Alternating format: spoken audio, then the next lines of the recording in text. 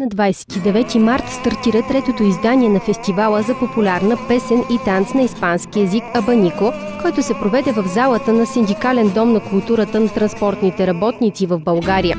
Проявата е под егидата на отдела по образование към посолството на Кралство Испания, Института Сервантес и кмета на столичен район Борище, госпожа Йорданка Фикирлийска. В него се включиха над 200 участници от България, Армения, Бразилия, Македония, Русия и Казахстан. Наградите бяха осигурени от Българско музикално сдружение Щастливеца и музикална агенция Art Voices. Официален медиен партньор на фестивала е национална кабелна телевизия Евроком.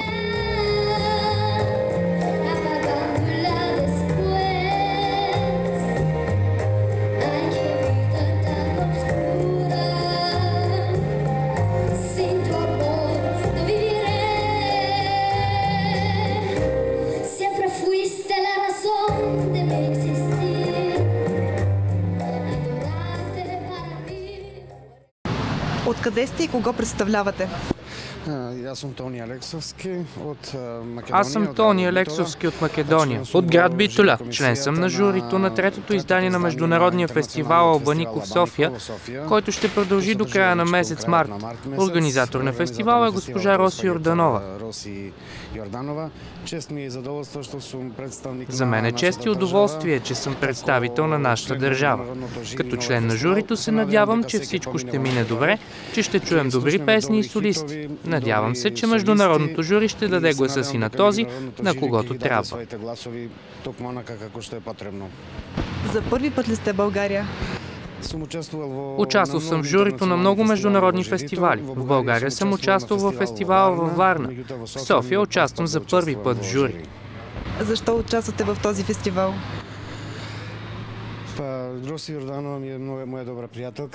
Роси Йорданова е моя много добра приятелка и с нея организирахме голям детски международен фестивал, който се провежда в Македония.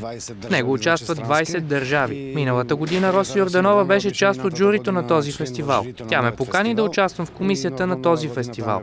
За мен това е предизвикателство. Горд съм и благодарен за шанса да бъда в София.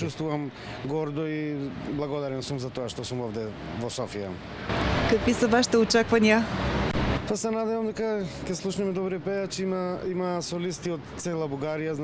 Надявам се, че ще чуем добри солисти. Има певци от цяла България, от Варна, от Пловдив и от други градове. Също има участници от Армения, Бразилия и други държави. Очаквам, че ще чуем добри хитове и певци. Всички композиции се пеят на испански. Това е условие за участие в фестивала. Надявам се, че ще се получи един добър фестивал. Откъде сте и кого представлявате? Пристигнах от Армения. Казвам се Арман и съм президент на Кавказската асоциация на Международния фестивал. За трети път съм в България, посещавал съм Варна, Бургас и Несебър.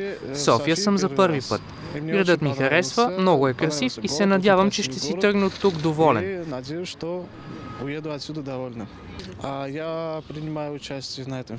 Участвам в фестивала като член на международното жури. Искам да поздравя Роси Йорданова и да й благодаря за поканата да взема участие в фестивала.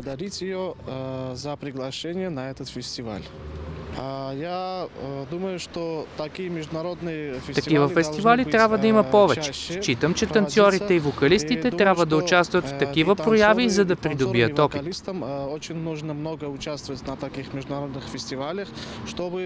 Убеден съм, че този фестивал ще бъде на ниво.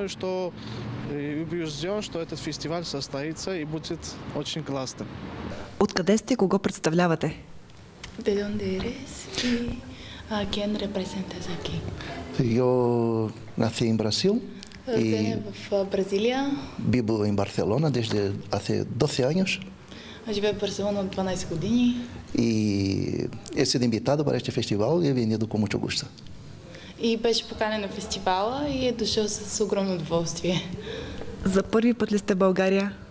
¿Es tu primera vez aquí? No, ya he venido unas cuantas veces. Me encanta el país, me encanta la gente y me siento muy a gusto aquí. Идвала няколко пъти, много му харесват хората, обстановката и много добре се чувства тук. Защо участвате в този фестивал? ¿Por qué participas? Ha sido una invitación de mi gran amiga Rosy Ordonova y la verdad, participar de un evento cultural en una ciudad con 3000 años de historia tiene su cosa. Получил е покана от ръководителката Роси Йорданова, която е голяма негова приятелка и за него е било наистина страхотно да участва в такъв конкурс, в такава държава с толкова дълга история и с толкова значима история. Какви са вашите очаквания? ¿Qué es lo que estás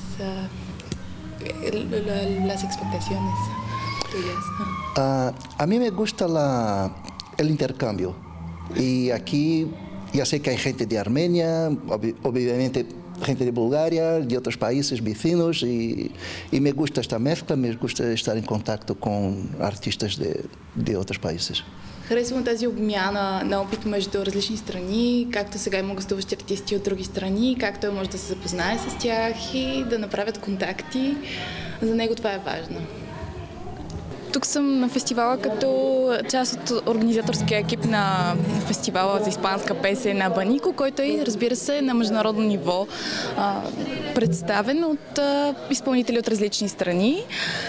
И се надяваме да им хареса на всички участници нашата организаторска работа, да сме се справили. За първи път ли участвате в такъв фестивал? Аз лично съм участвала в редица фестивали и конкурси през целия ми живот, тъй като се занимавам от малка с пеене.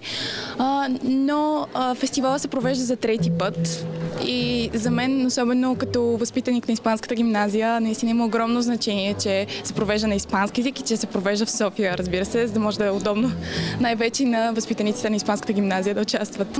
Представлявам организаторския екип, като смятам, че може да дам обективна оценка, тъй като съм била и на сцената. Била съм и в организаторския екип, т.е. свършихме супер много работа, за да може това тук да е на лице в момента.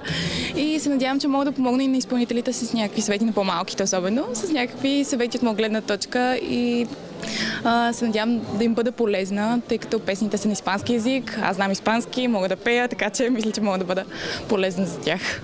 Какви са вашите очаквания като заключение? Очаквам да видя много талантливи хора, очаквам да чуя испански език като цяло, като произношение на много високо ниво, но разбира се, очаквам да видя и едни щастливи деца, които просто имат желание да се изявят на сцена, имат хъс и просто са родени за сцена. И като видя сцената, те си знаят, че това е мястото за тях.